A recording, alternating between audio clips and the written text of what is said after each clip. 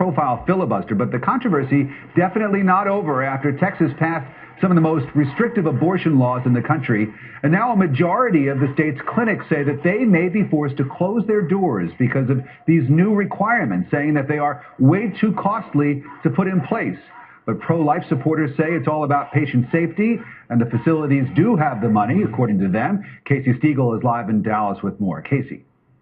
Yeah, Rick, good to see you. A fair and balanced debate here. First, there are two key components to this bill. The first would ban abortions altogether after 20 weeks of pregnancy. The second part of the bill would require abortion clinics to upgrade their facilities to what are known as ambulatory surgical centers.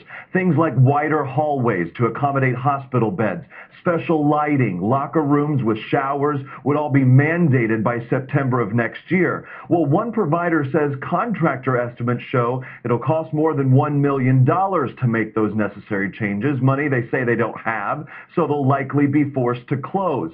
Another clinic in Houston telling us many of the current buildings these facilities operate out of, like his, are not even large enough in size to add everything. So the result would be either to shut its doors for good or shell out millions to start from scratch. The clinic, the way it is, really is not set to be upgraded. If I wanted to, and if I had the money, I would have to build a surgical center, which apparently could be, $3 million. So that's not happening. No, that's not going to happen.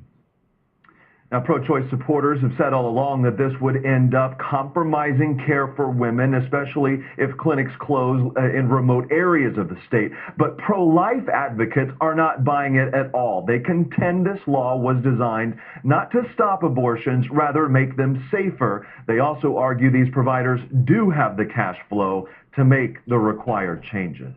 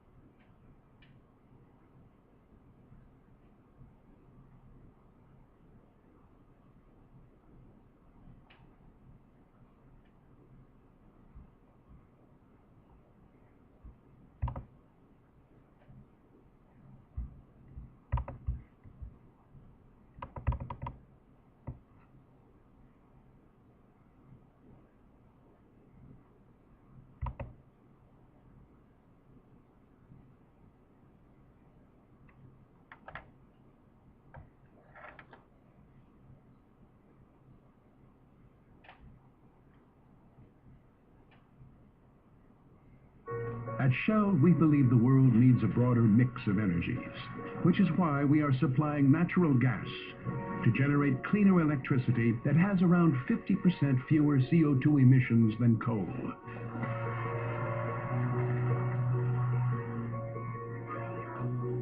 And why, with our partner in Brazil, we are producing a biofuel made from renewable sugarcane to fuel cars. Let's broaden the world's energy mix.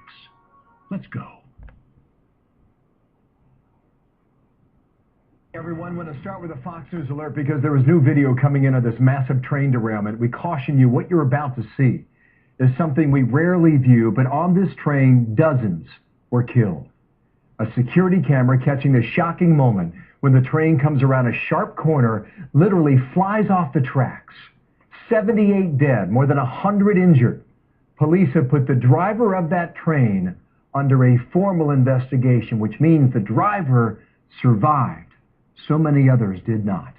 I'm Bill Hemron. Welcome here to America's Newsroom, and that is tough to watch. Indeed, it really is. Good morning, everybody. I'm Martha McCallum. We just watched this unbelievable video. 8 cars jumped the tracks and created that massive pileup. You can see the stunned reaction of people in that area as dozens were trapped in the train cars, pulled to safety by first responders. And now come the questions. And you can see it on that video that many will be watching time and time again. Was that train just going too fast? Amy Kellogg joins us live now from London. Amy, good morning to you. What do we know about what happened here? Martha, we do know that some Americans are among the injured. Now, this is according to the U.S. Embassy in Madrid, Spain.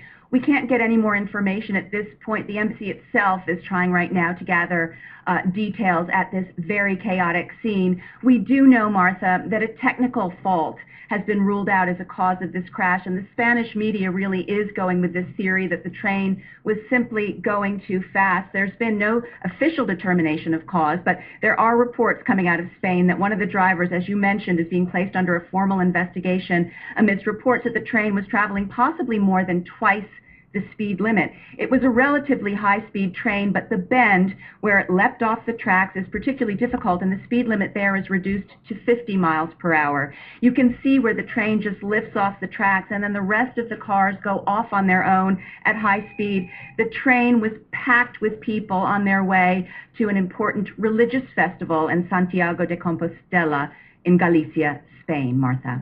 Boy, what a tragedy. What's going on the scene there now, Amy? Well, Martha, as you mentioned, there were 8 cars that went off on their own, and some of those piled up on top of each other. So you can imagine that just adds to the complication of trying to pull out the bodies and the injured. The accident happened along an embankment, which also has made it very hard to access the site.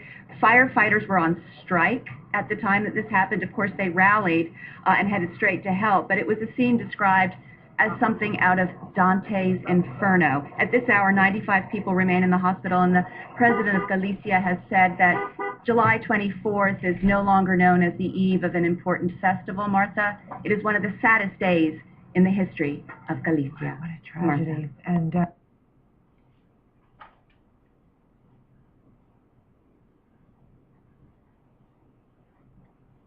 Mom? I'm working.